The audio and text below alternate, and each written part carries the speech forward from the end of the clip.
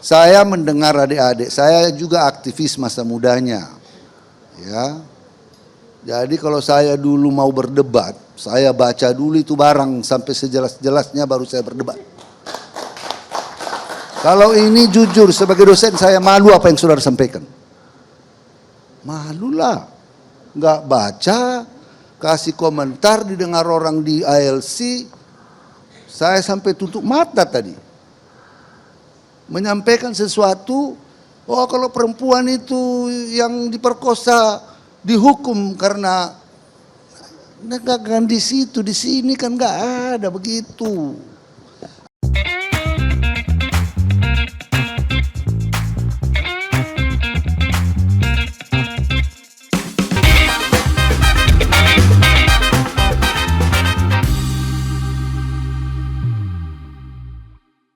Seharian di timeline saya beredar meme-meme rencana aksi mahasiswa yang katanya akan mengadakan aksi besar turun ke jalan.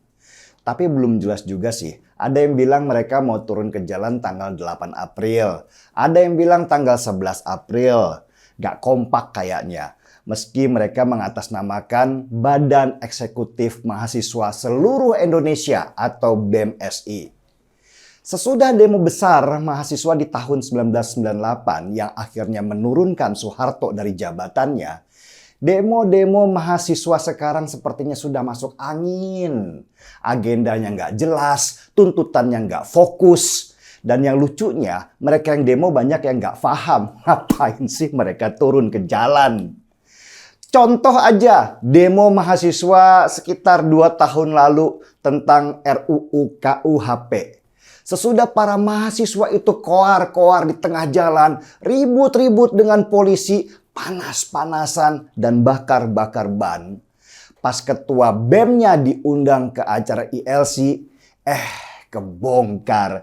Ternyata ketua BEM itu sendiri nggak paham pasal-pasal di RUU yang mereka tuntut.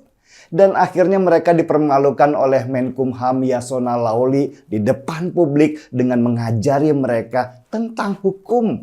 Persis seperti dosen ngajarin mahasiswanya yang bodoh dan sering duduk di bangku belakang, gak paham permasalahan, tapi protes dengan suara paling keras. Malu gak tuh mahasiswa? Harusnya malu dong kalau otaknya cerdas. Nah, ada yang lucu lagi dari demo mahasiswa kemarin. Masa mereka demo Pertamax naik? Lah kan Pertamax memang BBM untuk orang kaya dan gak disubsidi oleh pemerintah. Masa mahasiswa jadinya membela orang kaya yang tidak mau Pertamax naik? Ini mahasiswa apa mahasewa? Gak masuk akal tuntutan mahasiswa sekarang. Dan katanya mereka, si mahasiswa yang mengatasnamakan BEM itu mau turun ke jalan tanggal 11 April menuntut tidak ada penundaan pemilu dan perpanjangan jabatan 3 periode. Mereka bahkan memaksa Jokowi supaya ngomong tegas kalau dia tidak mau 3 periode.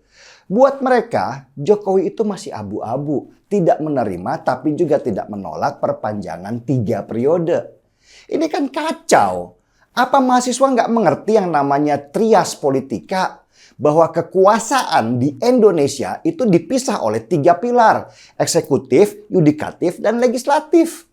Jokowi itu ada di bagian eksekutif. Dia hanya menjalankan apa yang sudah diamanatkan oleh undang-undang.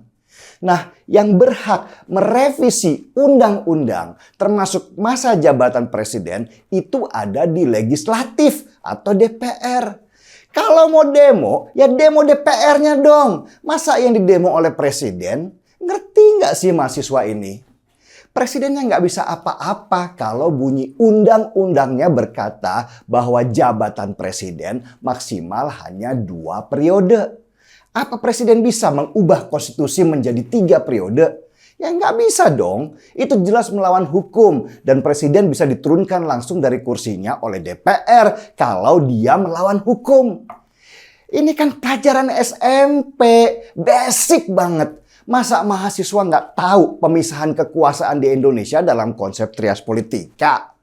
Lah, kalau sudah tahu, terus yang mau kalian demo itu apa? Tuntutan kalian itu apa? Apa nggak malu diketawain para senior yang dulunya juga mahasiswa? Kalian nggak usah mimpilah demo kalian akan sebesar demo mahasiswa tahun 98. Dulu di tahun 98, demonya jelas, tuntutannya jelas, fokus pada satu tuntutan, turunkan Soeharto. Dan demo besar mahasiswa tahun 98 itu nggak muncul tiba-tiba. Keresahan mahasiswa tumpah dulu di kampus masing-masing lewat panggung-panggung orasi. Dari panggung orasi itu muncullah orator-orator ulung. Mereka kemudian menjadi simbol yang menggerakkan mahasiswa lainnya untuk turun ke jalan. Jadi nggak ujuk-ujuk turun ke jalan tanpa bawa agenda jelas. Kalian para mahasiswa yang mau demo, apa tahu efek bola salju? Demo tahun 98 itu konsepnya seperti bola salju yang menggelinding. Kecil dulu dan lama-lama membesar sehingga sulit untuk ditahan. Lah kalian demo kayak es batu. Keras nggak jelas, sebentar aja lumer kena panas. Saya tahu banyak dari kalian para mahasiswa yang butuh eksistensi dengan ikut demo. Supaya gagah, punya kenangan, dilihat cewek. Saya tahu kalian sedang dalam pencarian jati diri, pengen dikenal publik, dilirik parpol. Mungkin juga pengen dapat uang saku untuk bayar kuliah.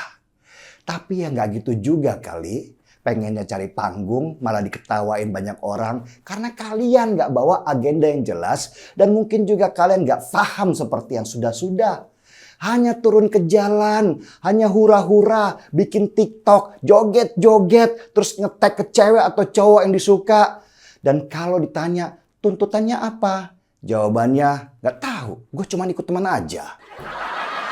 Makanya dek, jadi mahasiswa itu harus cerdas. Harus punya sikap dan pendirian yang jelas. Jangan mau diombang-ambing oleh mereka yang punya kepentingan. Kalau ada yang ngajak turun ke jalan, tanyakan, tujuan demo lu apa? Beradu argumenlah dengan mereka yang mengajak kalian demo. Kalau kalian lihat ternyata agendanya nggak masuk di nalar, ngapain juga ikut-ikutan? Kalian bukan kerbau yang dicucuk hidungnya kan? Bukan juga anggota 212 yang seperti buih di lautan demo di Monas tanpa arah yang jelas kan? Hei, kalian tuh mahasiswa, bukan anggota ormas. Kalau pengen mencari jati diri, berikan bukti bahwa kalian berhasil melakukan penelitian yang membanggakan negeri. Kalau pengen keren, ikutlah perlombaan antar mahasiswa sedunia dengan membawa karya yang beken. Kalau bisanya demo doang, kayak bebek yang diangon oleh peternak, itu berarti masa depan kalian berpotensi suram. Kalian gak dapat apa-apa kalau cuma jadi follower, cuma jadi peserta untuk menuhin kuota, cuma jadi alat buat mereka yang dapat amplop. Jangan sampai malu pas pulang ke rumah, banggain diri ke orang tua yang juga dulunya aktivis mahasiswa. "Pah, Mah, aku tadi ikut demo di jalan." Terus ditanya, "Demo tentang apa, Nak?" Terus nggak bisa jawab karena argumennya lemah. Malu sama keluarga. Sudah prestasi nggak ada, belajar juga nggak pernah, keluar kampus nantinya. Terus sibuk bawa CV ngelamar ke sana kemari. Saingannya ratusan ribu orang. Nggak keterima, lalu salahkan pemerintah. Padahal kalian sendiri yang malas dan nggak berusaha. Akhirnya mentok ikut barisan FPI sama HTI. Demo lagi di jalan. Pakai gamis seolah-olah paling beriman. Kalian itu seharusnya jadi masa depan bangsa. Bukan jadi benalu yang nantinya tersingkir oleh kemajuan zaman seperti kelompok 212. Pesan ini abang sampaikan bukan karena benci kalian. Justru karena sayang supaya kalian para mahasiswa yang nanti demo mau sedikit saja pakai otak kalian. Mari kita, mari pakai otak. Saya Denny Siregar, kita di acara Timeline.